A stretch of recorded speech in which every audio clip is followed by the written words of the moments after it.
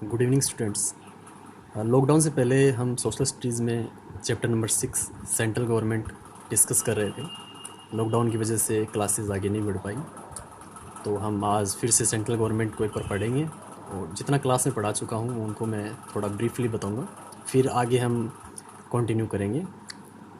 तो अपना chapter number 6 है सेंट्रल गवर्नमेंट, और गवर्नमेंट के 3 ऑर्गन होते हैं, ये हमने पढ़ चुका हूँ पहले भी। First one is legislature, second one is executive and third judiciary. Legislature का काम क्या है? Legislature forms laws and policies for the country, and executive execute the policies. Judiciary protect the citizen of the India. तो ये तीनों काम इनके हैं। मतलब अगर इजी वे में समझे तो लेजिस्लेचर पॉलिसीज़ बनाती है देश की जनता के लिए, उनके वेलफेयर के लिए। एग्जीक्यूटिव उन पॉलिसीज़ को लागू करने का काम करती है। और जुडिशरी का काम क्या है? अगर लेजिस्लेचर कोई ऐसी पॉलिसी बनाती है जो कि कॉन्स्टिट्यूशन को ब्रीच करता हो, मतलब कॉन्स्टिट्यूशन का उल्लंघन करती हो पॉलिसी, या अकॉर्डिंग टू कॉन्स्टिट्यूशन ना हो। थर्ड है, अगर वही पॉलिसी देश की जनता के हित में ना हो तो ऐसी पॉलिसी को जुडिशरी के पास राइट है, उसे वो इनवैलिड डिक्लेयर कर सकती है, अमान्य घोषित कर सकती है। जुडिशरी इन दोनों से इंडिपेंडेंट है, यानी इन जुडिशरी पर इन दोनों का कोई प्रभाव है नहीं और वो निष्पक्ष रूप से अपना काम करती है।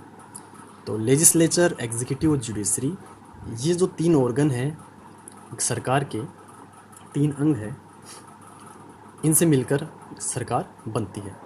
देखो यही तीनों ऑर्गन्स स्टेट गवर्नमेंट के भी होते हैं सेम, ठीक है। तो जैसे हम स्टेट गवर्नमेंट को स्टडी करेंगे अगले चैप्टर में, तो ये तीनों चीज़ें उसमें भी शामिल हैं। अब बात करते हैं लेजिस्लेचर की। लेजिस्लेचर 2 प्रकार की होती हैं। फर्स्ट वन फेडरल और यूनियन लेजिस्लेचर, यानी जो पूरे देश के लिए कानून या पॉलिसीज़ बनाती हैं, वो होती है फेडरल यूनियन लेजिस्लेचर, जिसका वेल नोन नेम है पार्लियामेंट। और सेकेंड इज़ स्टेट लेजिस्लेचर, जो हर एक स्टेट में अपनी होती है। उसके बारे में हम अगले चैप्टर में डिस्कस करेंगे। अब बात करते हैं फेडरल बोल लो या यूनियन बोल लो, एक ही बात है। लेजिस्लेचर, उसको हम क्या नाम दिया हुआ है? पार्लियामेंट। पार्लियामेंट के 3 पार्ट्स हैं। फर्स्ट लोकसभा, राज्यसभा और प्रेसिडेंट। तो we can say that parliament is equals Lok Sabha plus Rajya Sabha plus president. अब पार्लियामेंट के बारे में हमारे कॉन्स्टिट्यूशन में आर्टिकल नंबर 79 में मेंशन किया गया है कि एक पार्लियामेंट होगा। आर्टिकल नंबर 80 में राज्यसभा को मेंशन किया गया है, 81 में लोकसभा को और 52 में प्रेसिडेंट को। Article number 52। लोकसभा और राज्यसभा का फॉर्मेशन हम पढ़ चुके थे। अब बात करते हैं एग्जीक्यूटिव की। एग्जीक्यूटिव के अंदर कौन कौन लोग आते हैं? तो फर्स्ट प्रेसिडेंट एग्जीक्यूटिव का नॉमिनल हेड है, नाम मात्र का हेड है, ठीक है। सेकंड पीएम, जो कि एक्चुअल हेड है, जिसमें एक्चुअल पावर एग्जीक्यूटिव का एक्चुअल पावर एग्जिस्ट करता है। थर्ड है काउंसिल ऑफ मिनिस्टर, और फोर्थ जो मैंने लिखा नहीं है वो होता है अटॉर्नी जनरल। थर्ड है जुडिशरी। हमारे supreme body of the judiciary of India is supreme court, और हर एक स्टेट के अंदर अपना अपना हाई कोर्ट होता है। हमने लोकसभा का फॉर्मेशन, यानी लोकसभा कैसे बनती है वो पढ़ चुके थे। राज्यसभा कैसे बनती है, यानी राज्यसभा का फॉर्मेशन हम पढ़ चुके थे। एक बार फिर से डिस्कस करते हैं। देखिए, formation of Lok Sabha, number of members, यानी कितने नंबर से या कितने लोग लोकसभा के अंदर होते हैं।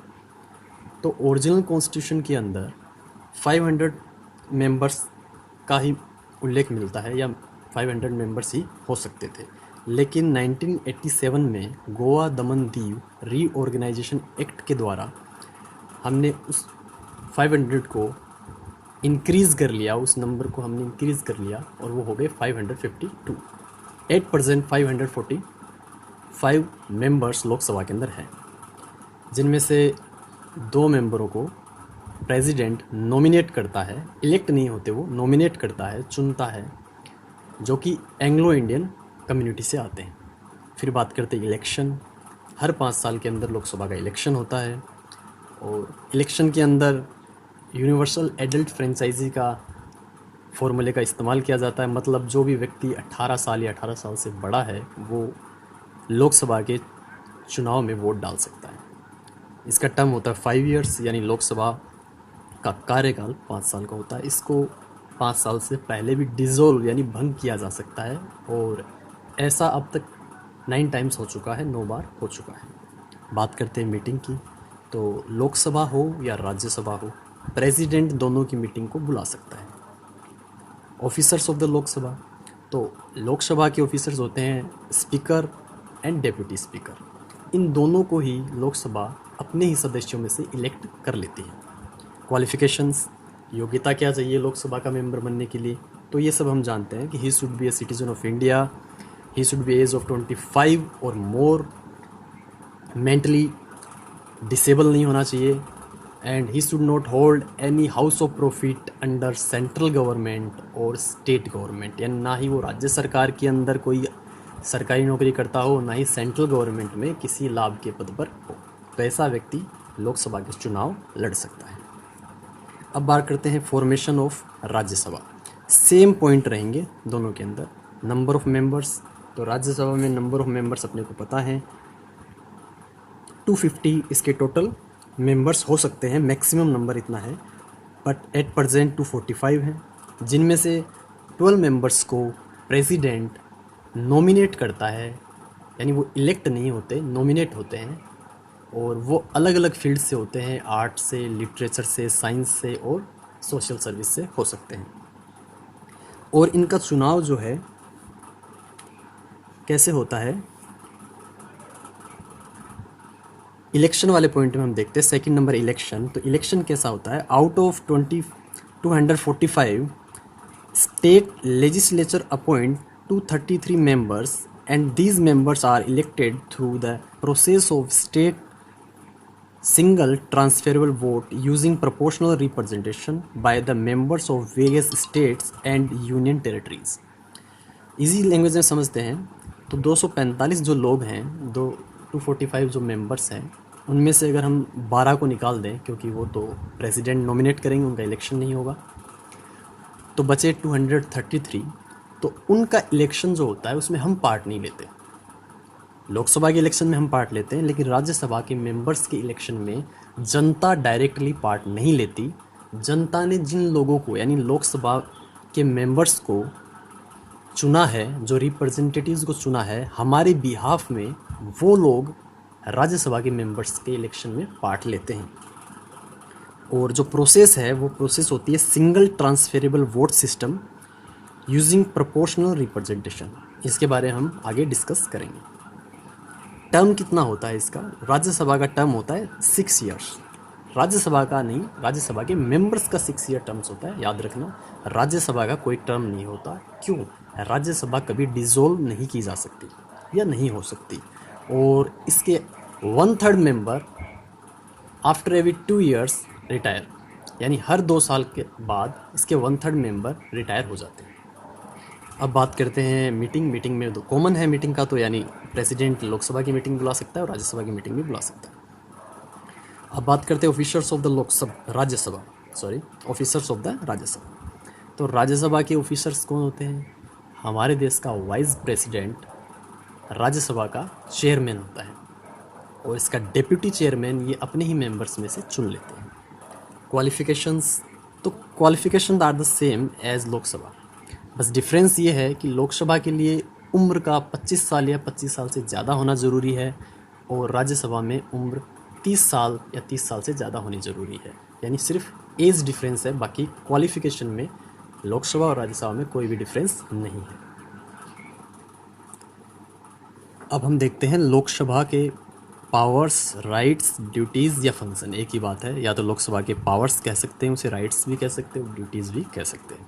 तो हम पहले अब लोकसभा के पावर पढ़ेंगे, फिर इसके स्पीकर की पावर पढ़ेंगे, इसके बाद राज्यसभा के पावर पढ़ेंगे। तो अभी स्टार्ट करते हैं हम लोकसभा के पावर्स। तो फर्स्ट पावर है जुडिशियल पावर्स, यानी न्यायिक शक्तियाँ।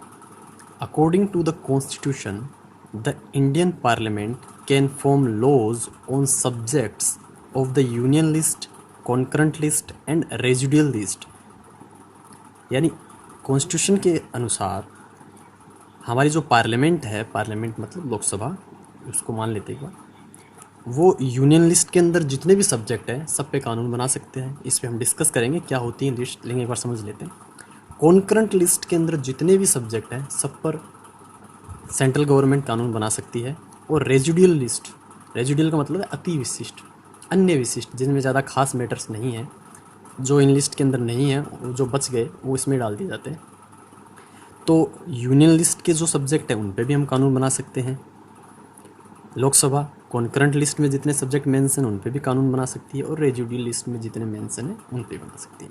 And in some cases also on the subjects of the state list, और कुछ मामलों में जो स्टेट लिस्ट के मामले हैं जिनमें सिर्फ राज्य सरकार कानून बना सकती है, लेकिन कुछ कंडीशंस के अंदर उनमें लोकसभा यानी सेंट्रल गवर्नमेंट भी कानून बना सकती है। Ordinary bills and constitutional amendment bills can be presented in Lok Sabha. Ordinary bill कोई भी साधारण सा बिल है वो हम लोकसभा में पेश कर सकते हैं, या संविधान में हमें अमेंडमेंट करना है यानी संशोधन करना है, ऐसा बिल भी हम कहाँ प्रेजेंट कर सकते हैं, लोकसभा में। और राज्यसभा या राज्यसभा में भी कर सकते हैं। लेकिन and only being passed from both the houses they will be send to the president for his signature. और जब कोई बिल लोकसभा और राज्यसभा दोनों सदनों से पास हो जाता है तब वो प्रेसिडेंट के पास सिग्नेचर के लिए या फाइनल सिग्नेचर के लिए भेजा जाता है। ये जुडिशियल पावर्स है, यानी हम किन किन लिस्ट के ऊपर कानून बना सकते हैं। कौन? लोकसभा। फिर बात करते हैं फिनेंशियल पावर, यानी लोकसभा के पास क्या क्या आर्थिक शक्तियां हैं, फिनेंशियल पावर्स हैं। The Indian constitution provides vast होता है विस्तृत, बहुत ज़्यादा, financial power to the Lok Sabha. तो जो भारतीय संविधान है वह लोकसभा को बहुत ज़्यादा फिनेंशियल पावर्स देता है। देन द राज्यसभा, और उसके बाद किसका नंबर आता है? राज्यसभा का। यानी फिनेंशियल पावर सबसे ज़्यादा लोकसभा के पास है, उसके बाद राज्यसभा के पास। अकॉर्डिंग टू आर्टिकल 109, ये याद रखना, money bill can only be presented in Lok Sabha. देखिए आर्टिकल 109 के अकॉर्डिंग मनी बिल केवल पहले कहाँ पेश किया जाएगा? लोकसभा के अंदर। बाकी अगर कोई भी बिल है आप पहले राज्यसभा में भी प्रेजेंट कर सकते हैं और पहले लोकसभा में प्रेजेंट कर सकते हैं, लेकिन money bill according to article 109 सिर्फ आप पहले लोकसभा में ही प्रेजेंट कर सकते हैं। After being passed in the Lok Sabha, और लोकसभा से पास होने के बाद the money bill goes to the Rajya Sabha. ये ऑब्वियस है, लोकसभा से पास होने के बाद ही कहाँ जाएगा? राज्यसभा में जाएगा। एंड इट इज़ मैंडेटरी यानी अनिवार्य है for the Rajya Sabha to return this bill to the Lok Sabha within 14 days of its receipt होता है मिलने की तारीख, यानी मिलने के 14 दिन के अंदर वापस लोकसभा को भेजना पड़ता है। The Rajya Sabha can advise to make amendments in the bill. Rajya Sabha advice दे सकती है बिल के अंदर कुछ सुधार या अमेंडमेंट्स करने के लिए, बट टू एक्सेप्ट और reject the advice depends on the discussion of the Lok Sabha.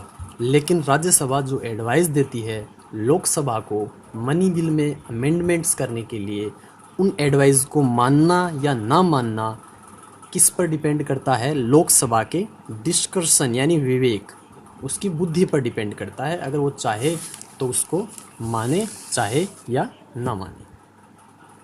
फिर बात करते हैं powers of making amendment in the constitution. भाई कॉन्स्टिट्यूशन के अंदर अमेंडमेंट करने को लेकर लोकसभा के पास क्या क्या पावर्स हैं?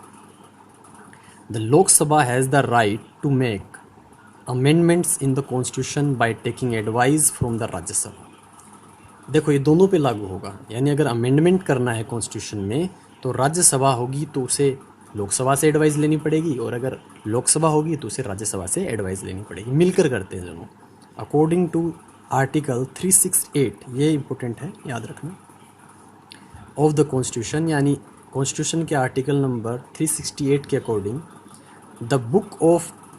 the work of making amendments in the most of the part of the constitution is done by the parliament। यानी जितना अब तक जितना भी अमेंडमेंट किया गया है कॉन्स्टिट्यूशन में वो पार्लियामेंट के द्वारा ही किया गया है। अब पार्लियामेंट वर्ड लिखा गया है मतलब लोकसभा भी आ गई और राज्यसभा भी आ गई, दोनों ने मिलकर अब तक जितने भी अमेंडमेंट हुए हैं ज़्यादातर इन्होंने ही किए हैं।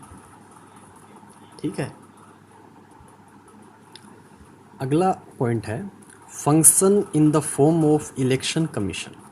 लोकसभा इलेक्शन कमीशन के रूप में भी काम करती है, यानी चुनाव आयोग के रूप में। अकॉर्डिंग टू आर्टिकल 54, तो आर्टिकल नंबर 54 के according the member of the Lok Sabha along with the member of the state legislature jointly elects the president, यानी लोकसभा के जितने भी मेंबर्स को हमने वोट डाल के अपना रिप्रेजेंटेटिव्स बनाए हैं वो सारे रिप्रेजेंटेटिव्स, ठीक है, स्टेट लेजिस्लेचर्स के यानी राज्यों की विधानसभाओं के जितने मेंबर जिन्होंने जो जीत कर आगे आए हैं, ठीक है, दोनों मिलकर यानी हमारे लोकसभा के सदस्य भी और राज्यसभाओं के सदस्य, यानी हमारे देश में जितनी भी राज्यसभाएं, सॉरी माफ़ कीजिएगा, जितने भी राज्यों की विधानसभाएं हैं उन विधानसभाओं के सारे सदस्य, और अगर विधान परिषद है किसी राज्य में उनके सदस्य। आप इतना डीप में ना जाकर अभी एक ये समझ लीजिए कि स्टेट लेजिस्लेचर यानी लोकसभा के कितने मेंबर्स,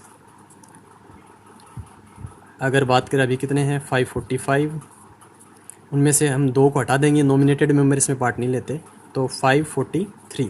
तो लोकसभा के 543 मेंबर्स प्लस जितने भी राज्य हैं उनकी जो स्टेट लेजिस्लेचर्स के मेंबर हैं वो सभी मिलकर क्या करते हैं, प्रेसिडेंट को इलेक्ट करने का और वाइस प्रेसिडेंट को इलेक्ट करने का काम करते हैं।